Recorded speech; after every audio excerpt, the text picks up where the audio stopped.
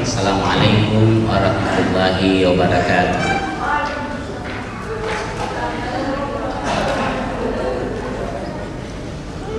Alhamdulillahirabbil alamin. Wassalatu wassalamu ala Rasulillah wa ala alihi wa ashabihi ajma'in wa man tabi'ahum bi ihsanin ila yaumiddin, amma ba'd. Pertama-tama mari kita memuja dan mengagungkan Allah di siang hari ini. Dengan izin Allah kita bisa bersilaturahim, dan alhamdulillah saya sangat senang berjumpa dengan saudara-saudara sekalian, dan ini kali kelima saya mengisi kegiatan bersama dengan teman-teman dari masjid ke masjid. Sebelum saya memulai materi saya ingin bertanya kepada peserta, ada yang beragama selain Islam? Ada? Ada ya? Iya. Saya mohon maaf karena materi ini berkenaan dengan adab buang hajat yang berkenaan dengan ajaran Islam. Tetapi ini tidak menyangkut tentang akidah dan ibadah. Jadi masalah ini hanya semata-mata berhubungan dengan etika. Jadi sekali lagi, materi ini tidak ada hubungannya dengan akidah dan ibadah, dan semata-mata hanya berhubungan dengan masalah etika atau adab. Mungkin di dalam agama lain berbeda tata cara, tetapi itu tidak mengapa. Jadi baik, saya memulai pembahasan materi tentang adab buang hajat menurut ajaran Islam. Jadi yang pertama, ketika kita masuk ke dalam WC, maka bagi umat Islam disunahkan untuk membaca doa, yaitu dengan doa Bismillah, Allahumma inni a'udzubika minal khubuthi wal khaba'ith, yang artinya dengan menyebut nama Allah, ya Allah, aku berlindung kepadamu dari setan laki-laki dan setan perempuan. Doa ini berdasarkan hadis bahwa Nabi bersabda, penghalang antara jin dan aurat anak Adam, jika salah seorang dari kalian memasuki al-khala atau WC, adalah mengucapkan Bismillah.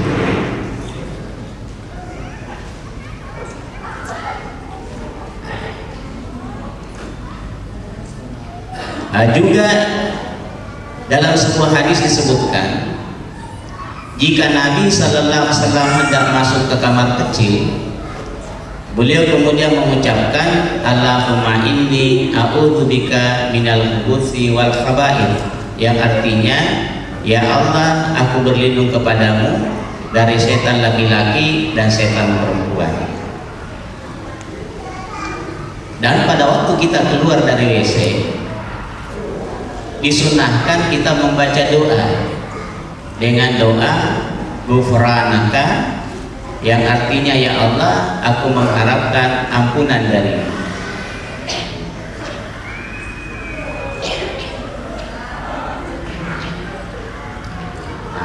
Pada waktu kita masuk WC, hendaklah kita memulai dengan kaki kiri.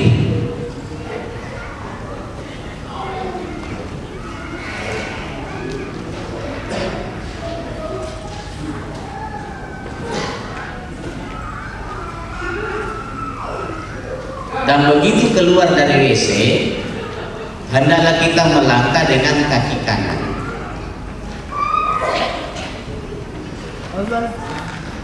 Nah, ini berbeda tak kala kita masuk ke dalam masjid. Pada waktu kita masuk ke dalam masjid, mendahulukan kaki kanan. Dan pada saat kita keluar dari masjid, kita mendahulukan kaki kiri.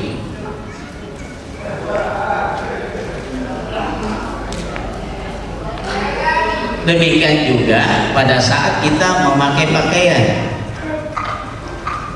hendaklah kita memulai dengan tangan kanan, dan pada saat kita mengeluarkan pakaian, hendaklah kita memulai dengan tangan kiri. Demikian juga tak kala kita memakai sandal atau sepatu,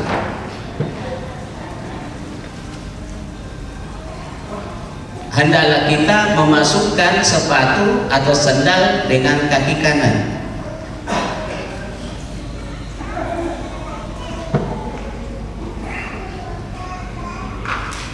Dan pada saat kita melepaskan sandal atau sepatu, hendaklah dimulai dengan kaki kiri. Ini hanya perkara etika. Tidak ada dosa kalau kita melanggarnya.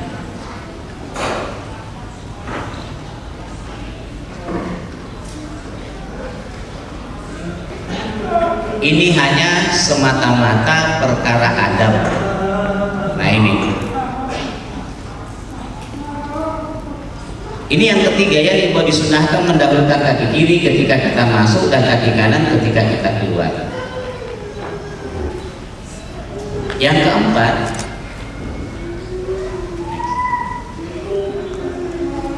jika di tempat terbuka, maka disunahkan menjauh hingga kita tidak terlihat. Sebagaimana disebutkan, kami keluar bersama Nabi dalam satu perjalanan.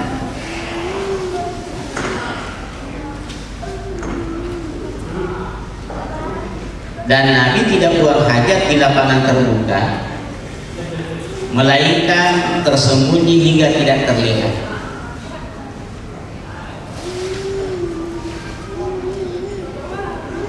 Nah, betapa banyak orang sekarang tidak memahami tentang adab buang air kecil.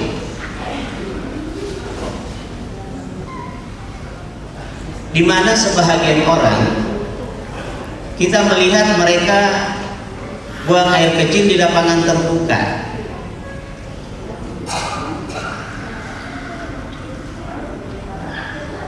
tanpa memperhatikan orang yang ada di sekitarnya.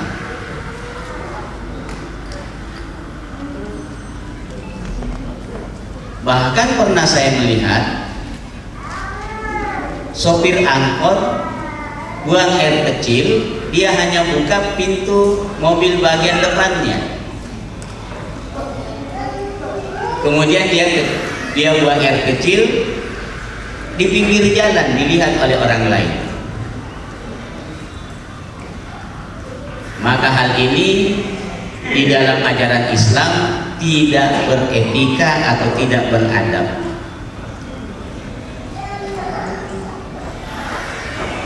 Kemudian yang kelima,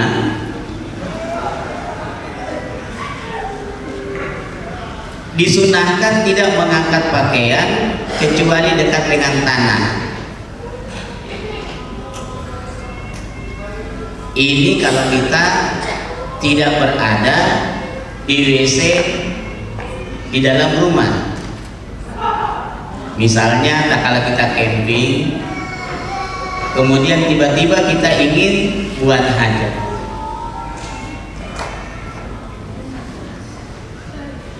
Jika Nabi buang hajat, beliau tidak mengangkat pakaiannya kecuali setelah dekat dengan tanah.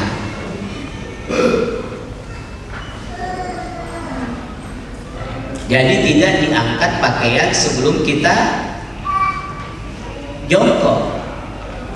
Hendaklah kemudian pakaian kita nanti dekat dengan tanah kemudian kita mengangkatnya sehingga aurat kita tidak terlihat.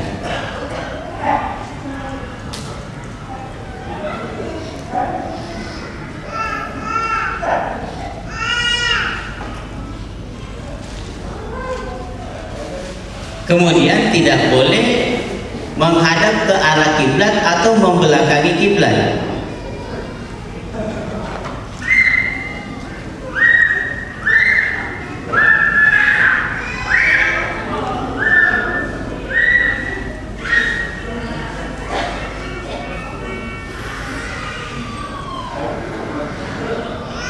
Nah, baik di lapangan terbuka ataupun di dalam bangunan. Oleh karena itu, hendaklah posisi kloset kita sedapat mungkin menghadap ke arah utara atau ke arah selatan.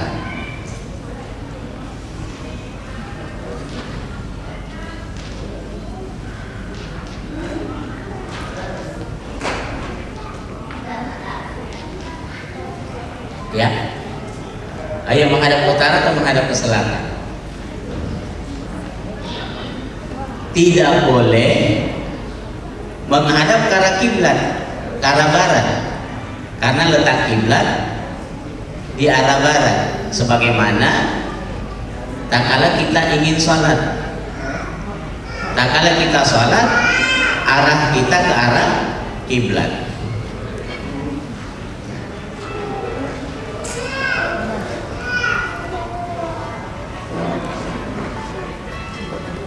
Tidak boleh juga membelakangi kiblat.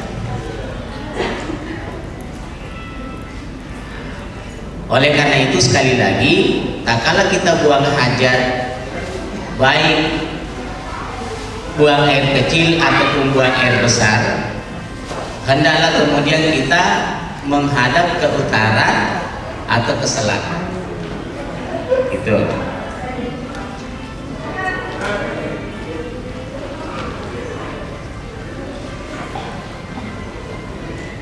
Sebagaimana disebutkan di dalam hadis, Nabi sallallahu alaihi wasallam bersabda,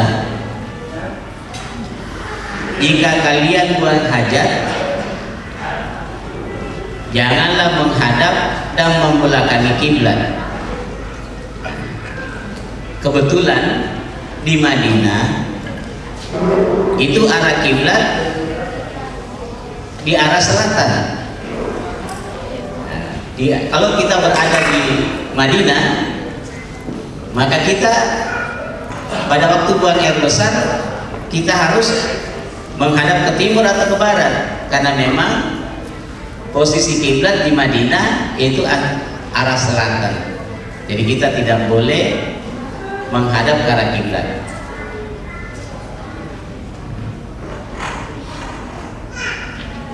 Sementara di Indonesia arah kiblat di sebelah barat.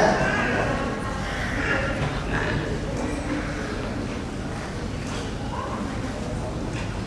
jadi kesimpulannya, dimanapun kita berada, kita harus memperhatikan di mana arah kiblat, sehingga kita berusaha tak kala membuang air besar, kita tidak mengarah kiblat atau membelakangi arah kiblat.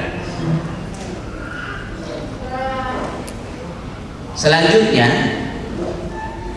adab yang keenam, dilarang buang hajat di jalan yang dilalui oleh manusia atau tempat berteduhnya manusia.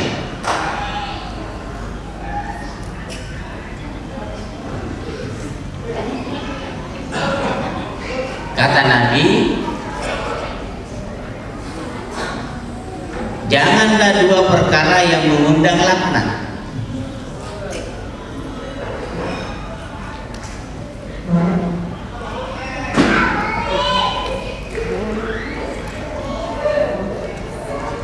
Terus sahabat bertanya, apakah dua perkara yang mengundang laknat itu ya Rasulullah?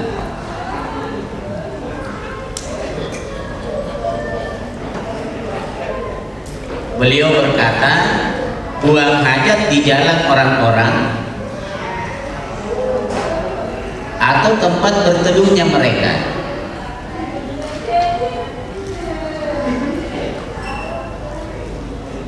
sebab bisa mengganggu orang lain. Inilah adab yang berhubungan dengan sesama manusia.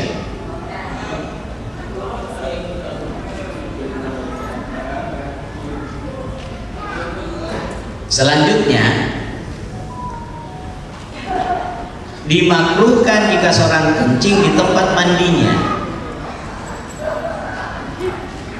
Nabi bersabda, Rasulullah melarang salah seorang dari kami bersisir setiap hari dan kencing di tempat mandinya. Jadi biasanya kita di dalam kamar mandi ada kloset, ada ruang untuk mandi.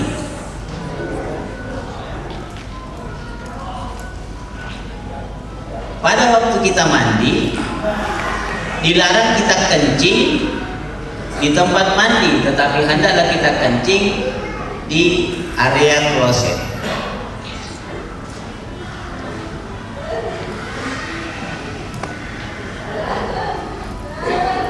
Kenapa begitu? Sebab kalau kita kencing di tempat mandinya kita, maka akan terpercik air ke badan kita.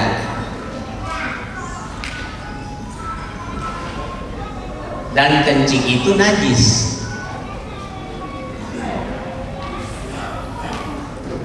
Inilah salah satu etika tatkala kita buang hajat.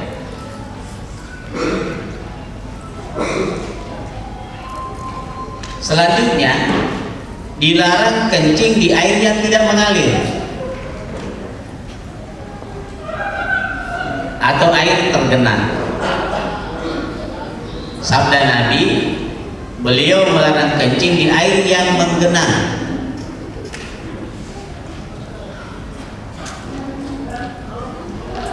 Kenapa demikian? Kalau kita kencing di air tergenang, maka baunya akan menyengat, tidak akan hilang bau kencing itu. Tapi kalau kita kencing di air yang mengalir, maka akan terbawa baunya.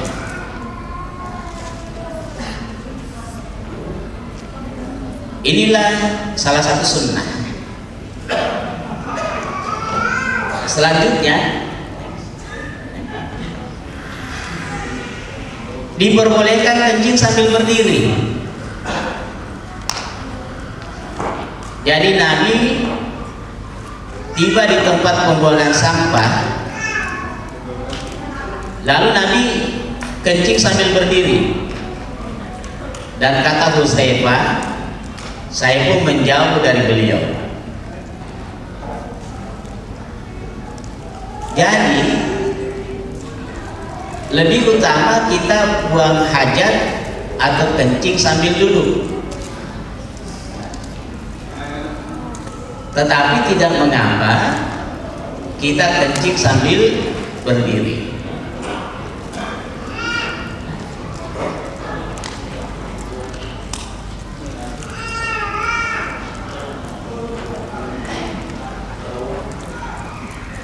Kenapa kita diperintahkan kencing sambil duduk?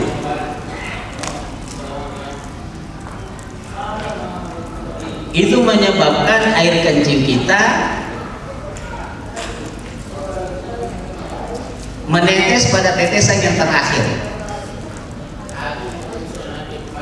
Iya, menetes pada tetes yang terakhir. Bahkan pada waktu kita kencing berdiri, itu masih ada sisa-sisa kencing kita. Dan kalau kita mencuci tidak bersih, maka tubuh kita masih bernajis.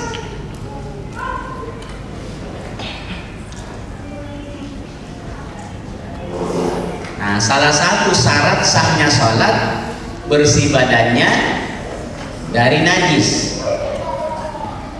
bersih tempat, pakaian, dan badannya dari najis. Nah itu. Nah sebenarnya kalau kita kencing baik laki-laki ataupun perempuan, sedapat mungkin pada tetesan yang terakhir kita kemudian maaf saya peragakan. Jadi pada waktu kita misalnya kencing, lalu pas tetesan terakhir kita jongkok, kemudian kita bangkit lagi, kemudian kita jongkok lagi, dilakukan sebanyak 3 kali sehingga tetesan air kencing itu tuntas. Itu yang sebaiknya. Nah begitu. Selanjutnya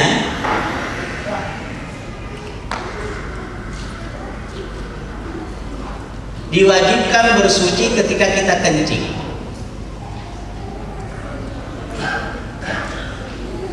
Sebab kata Nabi, pernah kemudian Nabi mengatakan, sesungguhnya mereka berdua sementara di azab.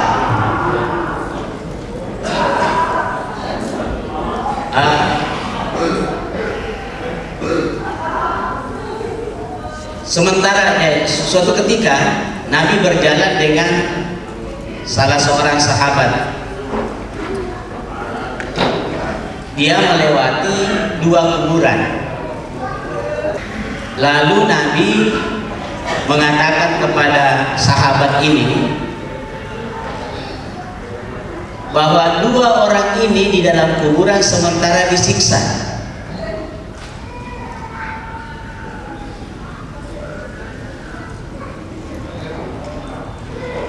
Pertama, yang satu itu kalau kencing tidak bersih cara ceboknya.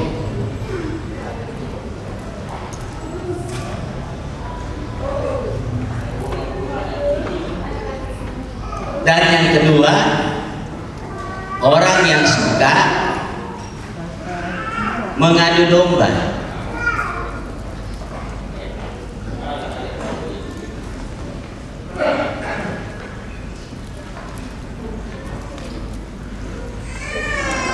Jadi salah satu siksa kubur adalah orang yang tidak bersih tak kalah cebok setelah buang air kecil. Selanjutnya, tidak boleh menyentuh kemaluan dengan tangan kanan.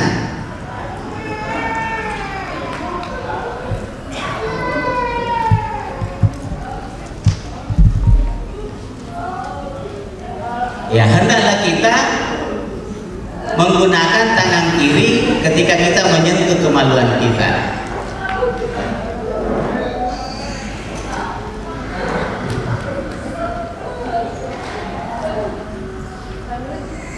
Nah, saya bertanya kepada peserta, apakah dosa kalau orang kencing sambil memegang kemaluannya dengan tangan kanannya?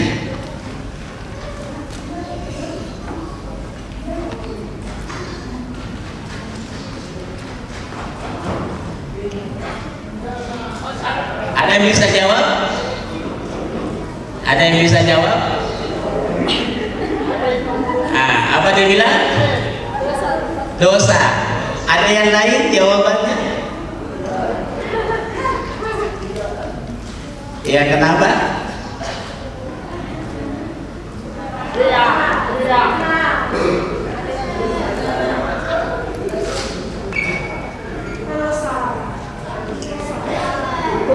Dosa. Ada yang mengatakan tidak? Siapa yang mengatakan tidak dosa? Betul, ada. Ada yang mengatakan tidak dosa?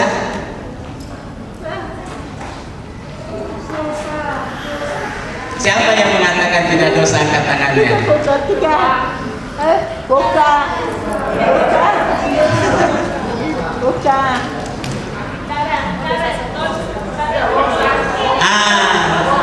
tidak berdosa. Kenapa? Karena berhubungan dengan etika. Seperti kita katakan tadi, bahwa dia hanya berhubungan dengan adab. Tetapi kalau kita melakukannya, misalnya dengan terpaksa kita memegang kemaluan dengan tangan kanan, maka tidak berdosa. Nah, karena berhubungan dengan etika. Begitu ya?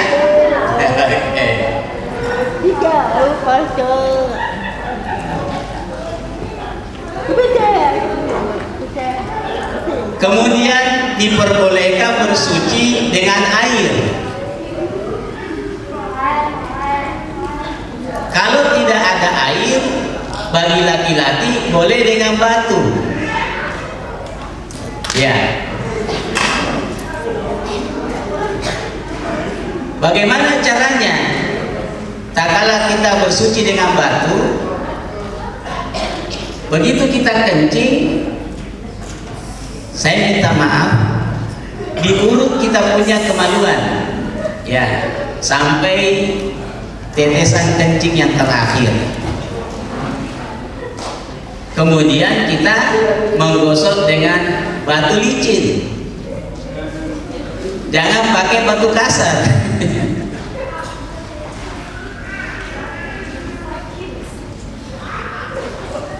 Iya, nggak boleh pakai batu kasar ya. Nah, batu licin dengan cara digosok pertama pada satu sisi, kemudian digosok yang kedua pada sisi yang lain, kemudian digosok yang ketiga pada sisi yang lain.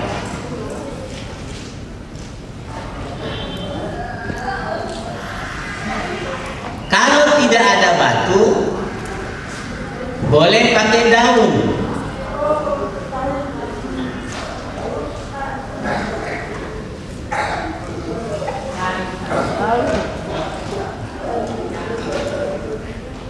Tapi pilih daun yang licin.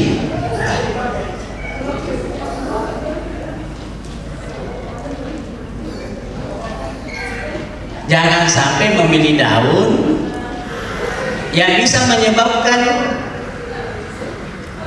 kemaluan kita gatal.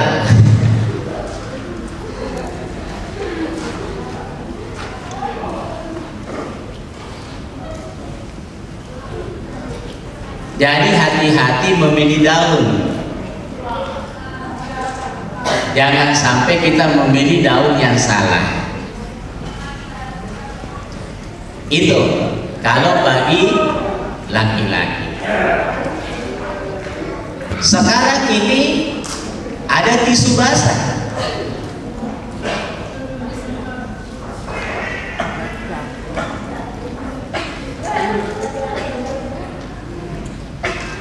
Maka boleh kita bersuci dengan tisu basah.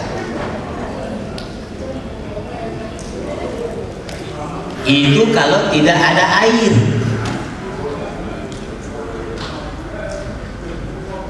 Tapi kalau ada air, tidak boleh menggunakan batu ataupun daun. Nah, itu.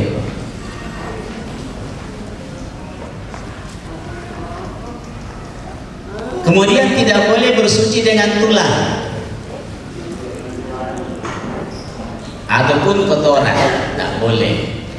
Jadi misalnya kita kencing terus ada tulang atau ada kotoran sapi yang sudah kering, ini tidak boleh. Ya, tidak boleh, karena Nabi melarang bersuci dengan tulang atau kotoran. Oke, sampai di sini. Oke. Ada yang mau ditanyakan sebelum kita beralih ke adab berpakaian?